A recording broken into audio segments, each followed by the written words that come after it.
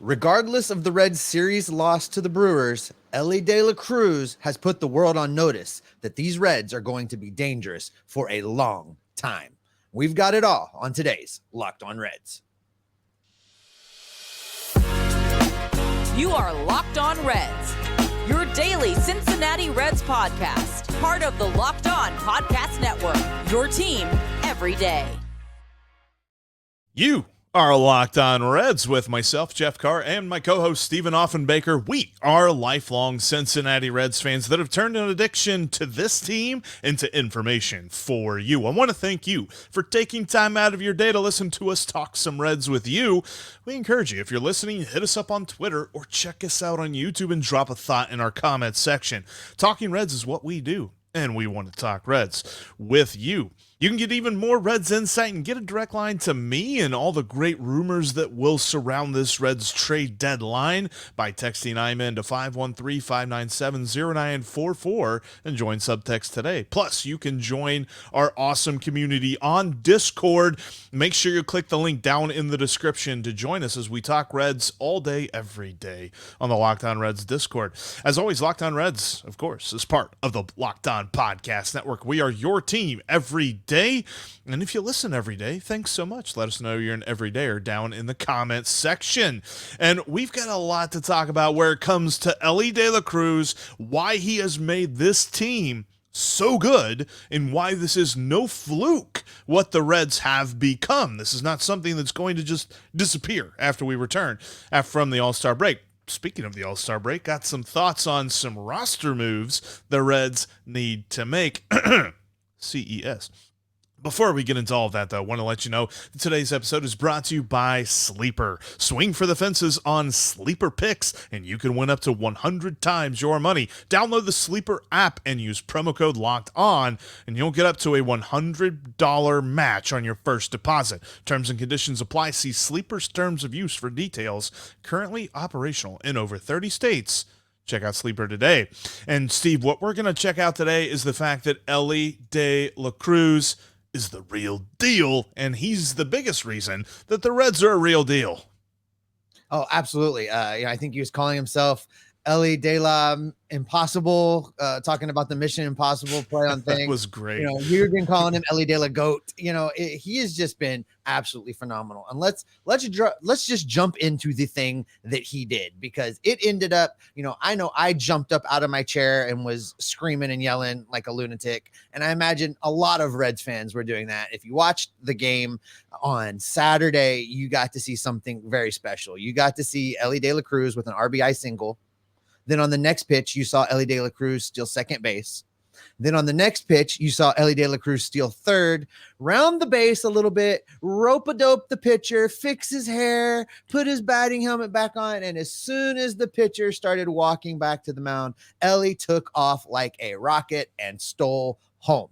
That's 3 steals, 1 inning on 2 pitches, same at-bat. First time for a Reds player to do that since 1919. Last guy to do it, a dude named Greasy Neal. And if you don't know Greasy Neal and you want a fun read, go check him out. Not only was he on the 1919 Reds, but a member of the Pro Football and College Football Hall of Fame.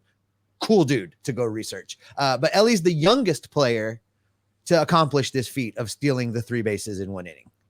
Well, and think about it, too. Greasy Neal did it in 1 inning. Elly did it in 1 at-bat. No Red has ever done it in 1 at-bat. In fact, I defy to say there's multiple players in Major League history that have probably done it in 1 at-bat. Like, the only guy that comes to mind is Vince Coleman, is the only guy that I think probably even had a chance of doing it in 1 at-bat. But how he was able to do this, it just goes to show you, like, Elly De La Cruz has so many layers to his game. He is a phenomenal hitter. He can hit the ball a mile, but it's not the only thing you have to worry about. Because if I'm a pitcher, obviously, if you ask a pitcher, would you rather give up a single to Elly De La Cruz or a home run to Elly De La Cruz? They're going to say single. But they're probably going to think about it for a minute, because if you give up a single to Elly, that means you got to keep one eye on him. Because if you don't, he's going to score.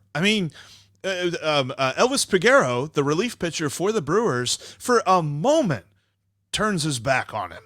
And it's something that I'm sure he's done a lot in his career. I'm sure it's something that he's like, all right, got a runner on third. Got to really buckle down here. We got to throw some good pitches. We got to make sure that not another ball gets put in play. And the process of that thought, Elly went home. Like this amazing mentality that comes with all of the talent that Elly De La Cruz has. This is something, and with Elly on the team, the Reds can do the improbable. Like, I think, I want to say, Joel Luckup looked this up. I want to say that they were talking about this on the Bally sports broadcast the other day, that no team, no one in Major League history has ever gone from 100 losses to a division championship in 1 year, and Elly is the biggest reason why the Reds could be the first team ever to do that. No, you're absolutely right. You know, one of the things that's interesting about Elly, and I saw some of the Brewers fans online trying to minimize what Elly does, and there was one comment that was especially ridiculous that was basically like saying Elly's just a track star that occasionally can get a hit. Let's talk about his offense for just a minute, because if we just look at the last week, so that's back into the National Series, just the last week, Jeff.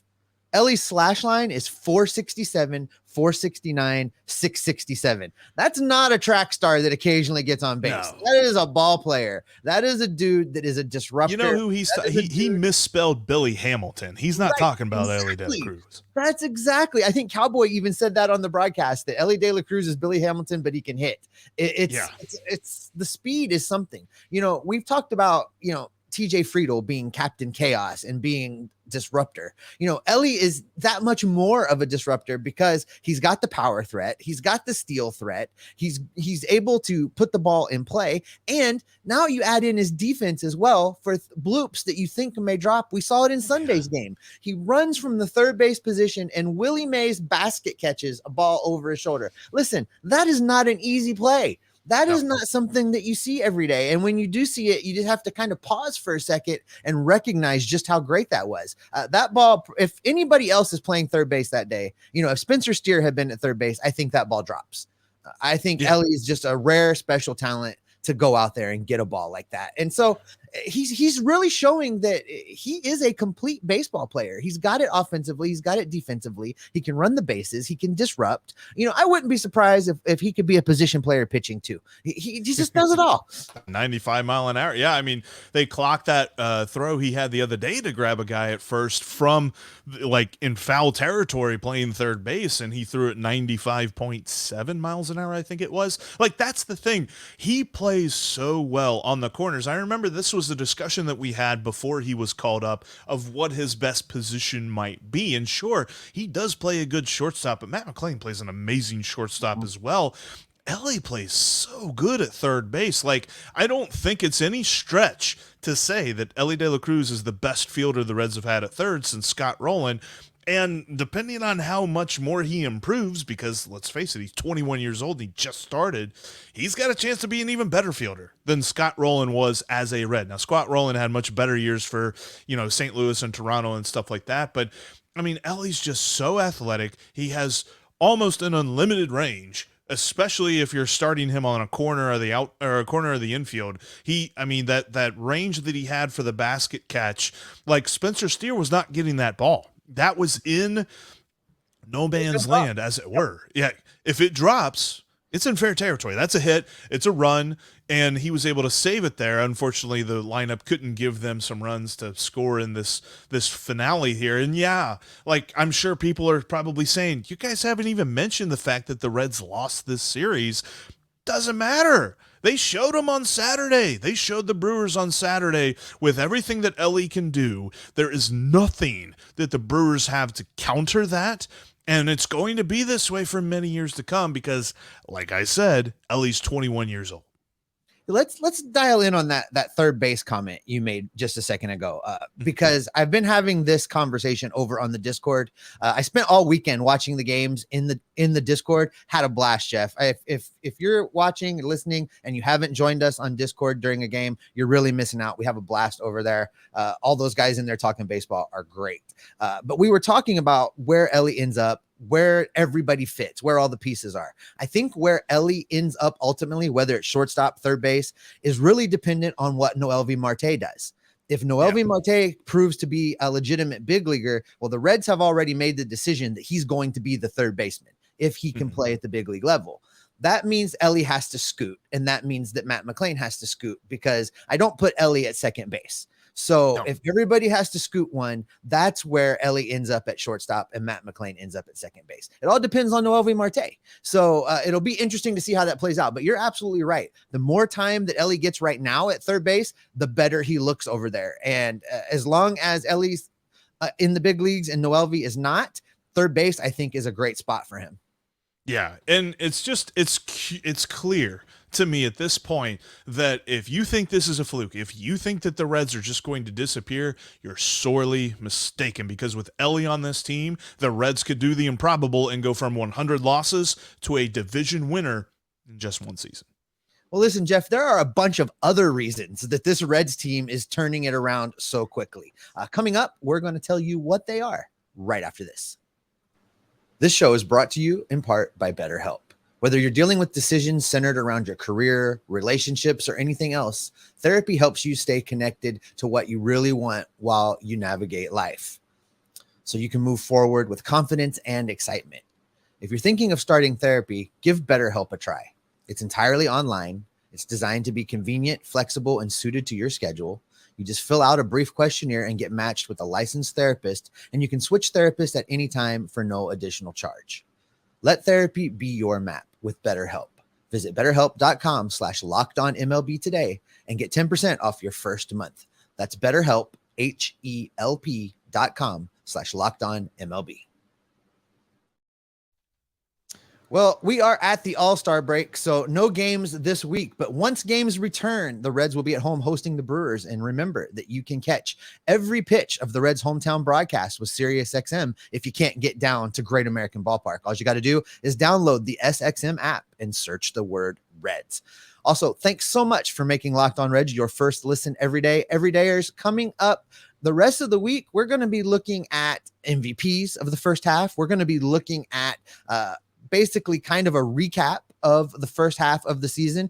Jeff's going to have a great conversation coming up this week with one of the Reds beat writers. Lots coming, even though we're at the All-Star break. So make sure you have those subscribe button clicks, because there's going to be a lot of content coming your way. All right, Jeff, we talked about Elly De La Cruz. We've talked about what his impact has been on the team. He might be the biggest reason that things are turning around so quick, but he's not the only reason. There are a lot of other players, a lot of other reasons that this Reds team is really a bona fide playoff team right now. And they are in the national conversation when you watch MLB Network, when you watch ESPN, when you look at any of the big national talking heads or writers. They're talking about the Reds right now. And I'm not talking about 1 minute, 2 minutes. They're spending time talking about this team because it's so talented and so exciting. Well, I think the most impressive part about this team, outside of just Elly De La Cruz, and as much as it, we lead off the show, we talk about how important Elly is, this team has a new hero every night. And I think that's the biggest thing you can point to, other than Elly, about their success continuing and why this is no fluke. I mean, think about it. The finale in Washington, Nick Senzel was the hero. Now, that's probably not going to be that way every single game or even once a week, really. But when you need a guy to step up, it feels like they have the perfect guy in the perfect spot each and every time, because this lineup is so talented in just about every scenario. I think you could probably make a little bit of an argument to say that they're slightly weaker against left-handed pitching than we thought they would end up being. But even still, just looking at the fact that they have so many guys behind Elly De La Cruz, think about this. I find it interesting because I've talked to a few people about this now. The Reds only having one All-Star, and it's Alexis Diaz, and it's, the default All-Star because everybody gets one nowadays.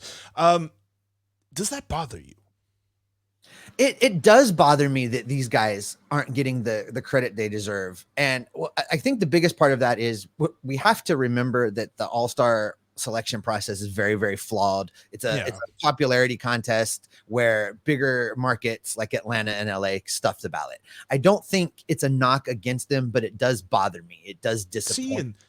It doesn't bother me for that reason, because I think that this is a nod, a kind of a point to the fact that there are no one or two guys you can key in for this Reds team. If you're an opposing pitcher, you look at this lineup and you're like, where's the easy spot? Where are the easy outs here? There are no easy outs because this is a complete Benson team. at number 9. That's not even him. Not even him. Like but there are dudes. Yeah. You're absolutely right when you talk about this. We talk so much about Elly De La Cruz, but it's very easy to overlook the fact that the ship turned. It got righted the day that they called up Matt McLain. That's when things changed. The energy changed. The effort from the guys around him changed. The impact was different. We've talked, me and you both, that we both see Matt McLain someday maybe wearing the C on his chest, could see him being the next captain of this team, whether he's playing shortstop or second base. I could see that happening. And let's talk about what he's done. Sunday was his 50th game in the big leagues, Jeff. In that first game, actually, I know on Baseball Reference, or is it 50 or 51? It's 50. It's 50. Oh, this is his 50th game. So he's hitting 300, 366, 512 in those 50 games. And he's not just an offensive dude. He is smooth as silk playing in the field. He's played some shortstop mostly and played some second base for the Reds and a few starts at DH. During his time in the big leagues in those 50 games, Jeff, one error in his big league career thus far. So he's got it defensively. He's got it offensively. He's clearly respected by the players around him. And he's doing it at a high level, professional at bats, great in the field. He's probably the best looking shortstop we've had here since a dude named Barry Larkin. Oh, I don't think there's any question about that. And you're talking about a dude. I mean, those numbers in 50 games, you're getting MVP votes in 2020. I mean, that's how good he has looked, and he himself has a complete game about him. We talk about Elly De La Cruz just having everything. Matt McLain has everything too. Like you said it, 512 slugging. You look at a dude like him and you think that's a singles hitter. It's not. He absolutely can kill the ball when you need him to the most. And I look at him defensively and think he literally has up the middle covered. Whether he is a shortstop, whether he's a second baseman, there is nothing about his fielding that I don't trust. But more so than that, the mentality, he is so mature for a rookie. You would not know that he has only played 50 games in the major leagues. You would think he's been doing this for a long time. It's the same way with Elly. It's the same way with Spencer Steer. And I'm going to say this, and I know there's going to be a portion of Reds country that, their antennas, perk up a little bit. Spencer Steer is this team's, I'm not saying he is Tony Perez, but he is this team's Tony Perez. The way that he is able to move around the diamond, the way that he is able to get that clutch hit when they need him to, he can hit homers. He leads the team in them, and he's second on the team in RBIs. He only trails Jake Fraley by 1. We're talking about a dude that, he's in the argument. He's in the running for Rookie of the Year. He might still lose out to Corbin Carroll, but just the amount of production that he gives this team is so important, and he is the third, maybe even the fourth, maybe even the fifth, you could argue, best option on this lineup. It's wild to me. The homers, the power that he has put on, he's a little bit ahead of where I thought he was going to be. And you're right. The comparison to Tony Perez is a good one because he's been Mr. Clutch. Now, I know here the last few games, he seemed to struggle a little bit. I think he looks a little tired, actually. I think the All-Star break is coming at just the right time for him. But he's been Mr. Clutch. He's been the guy driving in the runs. He's been the guy that's hitting for power. And let's not forget that he went to David Bell and said, hey, I'm willing to go try outfield to make room in this lineup. I'm willing to go play some left field in order to get other guys in. So he is a selfless team guy. And I know that playing guys out of position sometimes bites the Reds in the butt. We saw it in Sunday's game. The one run in the game basically came because Steer ran a bad route on that Christian Yelich fly ball. I think a seasoned left fielder probably catches that ball, and that's going to happen. but the long-term benefits of what Steer is doing by selflessly moving out to the outfield and doing something he's never done before in his baseball career, the benefits you get from that, the benefits you get from having the extra talent in the lineup outweigh those occasional errors. So I don't take anything away from what Steer's doing, because by and large in left field, we've talked about what Matt McLain brings defensively, and we've talked about what Elly brings defensively. Spencer Steer has played well out there. And I think with more time, those errors, and it wasn't even called an error, the hometown Brewers official score gave him a double on that, but it should have been an error. I think the more games we see Spencer Steer out there, the better he's going to be, because what he has demonstrated is that he can excel wherever you put him. Everyone has talked about how he's performed at first base when he filled in for Joey. Well, he's not a first baseman either, guys. He learned that on the fly. He's learning left field on the fly, and I think he's going to excel out there too. Him in this lineup batting 5th or 6th is just an absolute nightmare for a pitcher, because you think you're rolling, you get through 1, you get through 2, you get through 3, you get into the next inning, and you're still got to face Spencer Steer and guys that we haven't even put on this list, Jeff. This team is so good, this team is so exciting that we are spending very little time talking about the return of Joey Votto, when in years past it would have been all that we're talking about. Joey Votto going into yesterday's game, Jeff, his OPS plus is in 169. He's hitting 169% above league average since his return, and we're not even talking about it. That's how exciting and talented these young guys are. Absolutely. And there's a couple of things that I really want to dive into a little bit deeper. I will mention them as reasons why this is no fluke, but I want to dive into them a little bit more on tomorrow's episode. But that is, the fielding has been dramatically better. And I know that the numbers don't necessarily say, well, this is a top fielding team, but if you look at where they were before Matt McLain got called up, they're a lot better. And then the bullpen has performed better than we could ever have hoped. And it's with the guys that we were kind of worried about. And it's with guys that we don't necessarily ascribe as, top bullpen arms in the major leagues. But the bullpen has been so much better. But the one thing I will say, and we kind of want to dive into it for the next few minutes here, Andrew Abbott is a star. Star. Absolutely. No question. Listen, Jeff, he already is a 2.0 WAR pitcher already. Wow. And when we did our WAR breakdown in the offseason, we talked about a 2.0 or better. Yeah. That's a starter. That's a major league starter.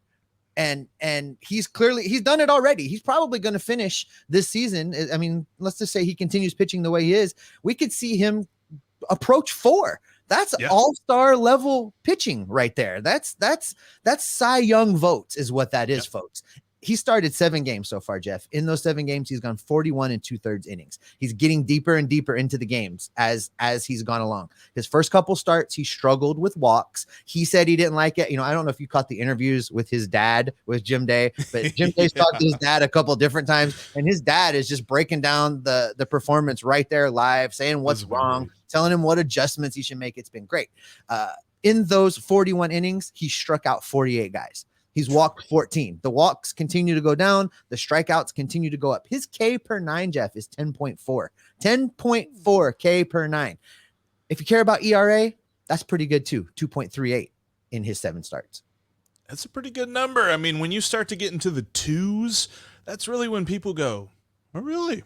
Maybe he's pretty good. And he's done that in 7 starts, like you said. Like, the way that he has been able to perform is so key, because even when Hunter Green and Nick Lodolo come back, we now know we got a big 3. If Graham Ashcraft can continue his resurgence, we got a big 4. I mean, there might be 4 guys legitimate for a playoff rotation. Now, we will have the conversation at some point this week about, is Andrew Abbott going to be shut down at some point this season? That's an annoying little thing to look forward to. But yeah, I mean, he has been so phenomenal ever since he was called up. Again, another huge reason. Look, Elly is probably the biggest reason that we're so excited about this team, but there are so many other reasons that the Reds are a bona fide, I said bona fide, playoff team. Start looking at your playoff tickets now. There's a few roster moves that the Reds need to make over the break to keep up the momentum. We'll tell you what they are coming up next. Today's episode is brought to you in part by Sleeper. Want the chance to win more money with less picks? Head to Sleeper, where you can win up to 100 times your money on just 2 or more fantasy baseball picks. Sleeper is now offering up to 100 times that payout for up to 8 pick contests. Choose as many as 8 players that you like and pick more or less on your favorite baseball stats like home runs, strikeouts, hits, and more. Get your picks right, and you could win big. Think Joey Votto's going to bang? Smash more on the homers. Think Elly's going to run? Smash more on the steals. Entries can be made in 30 seconds or less. It's that easy. They also have safe and fast withdrawals. Use promo code LOCKEDON, and you'll get up to $100 match on your first deposit. Terms and conditions apply. See Sleeper's terms of use for details. Currently operational in over 30 states. Check out Sleeper today. And again, use that promo code LOCKEDON to get up to a $100 match on your first deposit. Remember that if you can't be at the ballpark, you can catch every pitch of the Reds' hometown broadcast with SiriusXM on the SXM app. Just search the word Reds. And you can follow the podcast on all platforms, including on YouTube. Also, join the community on Discord, like we've mentioned a couple of times. It's a lot of fun. We have a lot of fun talking Reds baseball at all hours of the day. Got the link down in the description. All right, Steve, the All-Star break is a time to reset. It's a time to kind of rest for some guys like, Spencer Steer and some of the young guys that aren't used to the long parts of this season. But also it's a time where I think that Nick Krall should really reset the way that he's looking at this roster. And there are a couple of very easy roster moves. We're not talking about, making big trades and upending prospect capital and all this other stuff. It's moves within the organization that they can make. Yeah, it's time to make some adjustments. Heading out of the All-Star break, obviously we just lost 2 of 3 to the Milwaukee Brewers, but we've got 3 more to open the quote unquote second half of the season. So I think the biggest thing that needs to happen, and it needs to happen immediately, is the Reds need to clear a roster spot and bring up Christian Encarnacion Strand. That's the first move. Where's he going to play? Well, you're going to find a place for him to play. He'll play first base. He'll DH. Joey has been very accommodating. Joey understands the lay of the land right now. It's not going to be a problem. Everybody's going to get there at bat. CES needs to come up. You do that by cutting Curt Casali. Now, I know that when I talk with Sadak, he felt like Casali could be a trade piece. I've seen it on Twitter and on the Discord, people saying that they would like to trade Curt Casali. Here's the thing.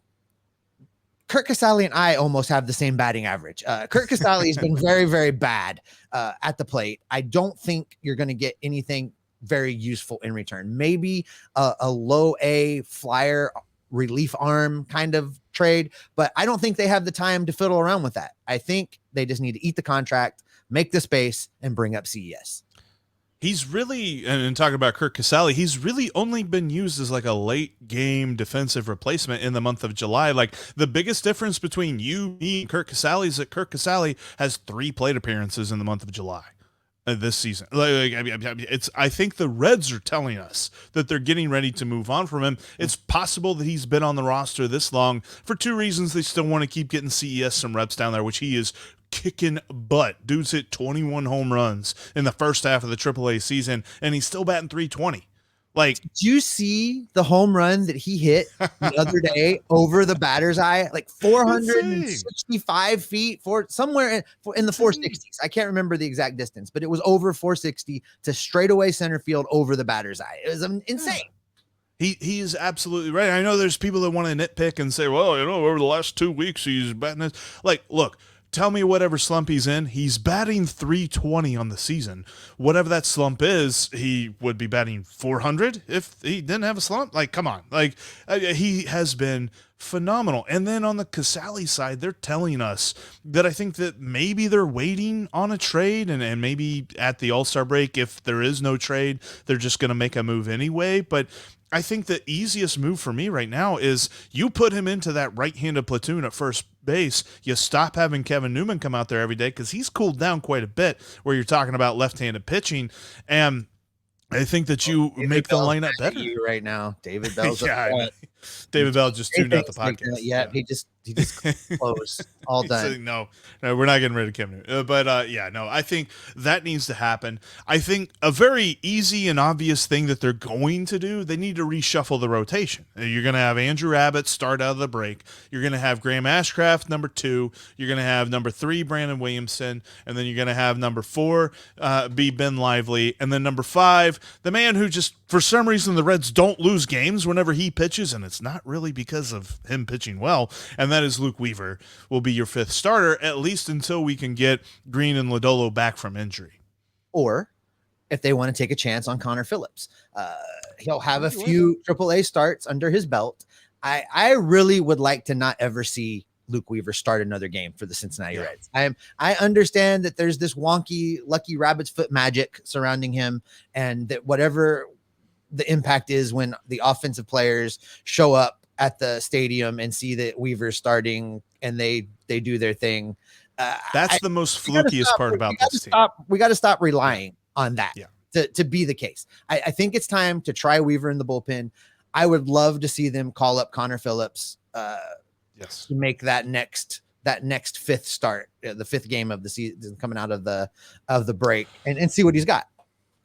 I have an idea about that, but I'll save that for a later episode this week. You'll have to tune in to see my thoughts on Connor Phillips as to why something I think they might be waiting on with him. And then the other thing for me, and I don't know if it's a guy from AAA, and I think that Tony Santillan can be this guy. I was surprised to see him get sent down for a guy who I thought was going to replace Ben Lively, and then Ben Lively was healthy anyway. But I thought it was weird they sent him down. Tony Santillan could be your bullpen arm that you add. You've got to add a fresh bullpen arm that I think has some viability to him. And I think Tony Santillan is that easy pickup. I'm not sure where Casey Legumina is in his rehab and things going on there. But all in all, I feel like this bullpen has been pretty solid. We saw Alexis Diaz's most recent outing looked amazing. He was, as John Sadek said, he was getting that full extension. He was finishing his pitch. He wasn't trying to, cut him off short, and he had a lot more control over that fastball and the slider. Oh my gosh. You asked Jesse Winker what he thought about Alexis Diaz's slider, because he still doesn't know where it is. But I think that if you add a fresh bullpen arm out of the break, you're just going to continue this amazing momentum that group has had. No, absolutely. I think that the bullpen arm definitely has to be addressed, and we're going to spend a lot more time talking about some of these moves over the next couple days while the team is on the All-Star break. There's a lot more to say in both the rotation and the bullpen, and we're going to get to all of that, but that is probably where we should go ahead and wrap it up for today. Before we get out of here, don't forget that once play resumes, you can catch every pitch of the Reds hometown broadcast with SiriusXM. Just download the SXM app and search the word Reds. Thank you so much for listening to this edition or watching this edition of the Locked On Reds podcast. Thanks as always for making us your first listen every day. Everydayers coming up tomorrow. Who is the MVP for the Reds in this first half? We said Elly De La Cruz. No, not you, Steve. We said that Elly De La Cruz is the most important and the reason why this Reds resurgence and this performance will continue. But who is the MVP for the first half? Because I don't think it's Elly. I think it's somebody else. We'll talk about that on tomorrow's show, so make sure that you join us. But until then, Steve, what can people expect from you and me? We're going to monitor the All-Star break, listen for the rumors, watch the transactions, monitor the waivers, and bring all that information back right here to keep you locked on Reds every single day. I am the MVP. What are you talking about? No, you're like, no.